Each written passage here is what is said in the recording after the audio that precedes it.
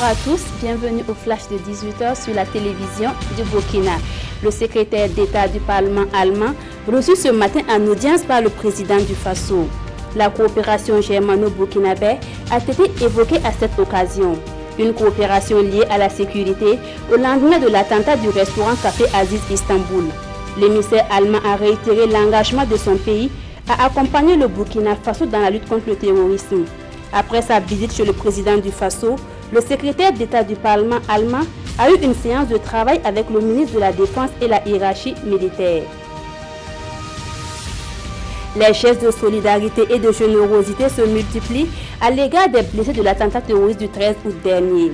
Les présidents d'institutions étaient cet après-midi dans les locaux de l'hôpital Delgado Ouédraogo. Objectif, apporter soutien et réconfort aux blessés. Les présidents d'institutions ne sont pas allés les mains vides.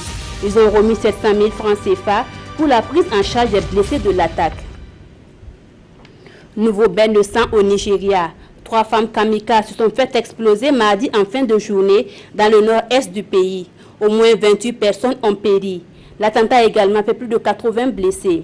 Les 3 explosions se sont produites à quelques minutes d'intervalle à 25 km de Maïdougouri. Les victimes faisaient leur marché à l'entrée d'un camp de réfugiés lorsque les bombes ont explosé. Depuis 2009, le conflit contre Boko Haram a fait plus de 20 000 morts et plus de 2 millions de déplacés. Le président sierra-léonais a lancé mardi un appel à l'aide internationale après les inondations et les glissements de terrain qui ont fait plus de 300 morts et des milliers de disparus à Freetown. Les services de secours s'efforçaient mardi de rechercher des survivants dans les décombres de plusieurs quartiers. Les autorités ont ouvert un centre d'accueil pour venir en aide à plus de 3000 habitants du quartier de Regent. Autre actualité, les animaux de trait doivent être traités avec beaucoup d'égards par l'homme, selon l'ONG britannique Brooke qui a édicté des normes à respecter.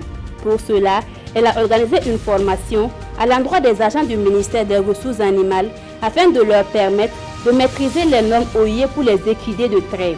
L'objectif est d'inciter les populations à entretenir comme il se doit les équidés dont la contribution à l'existence humaine est considérable.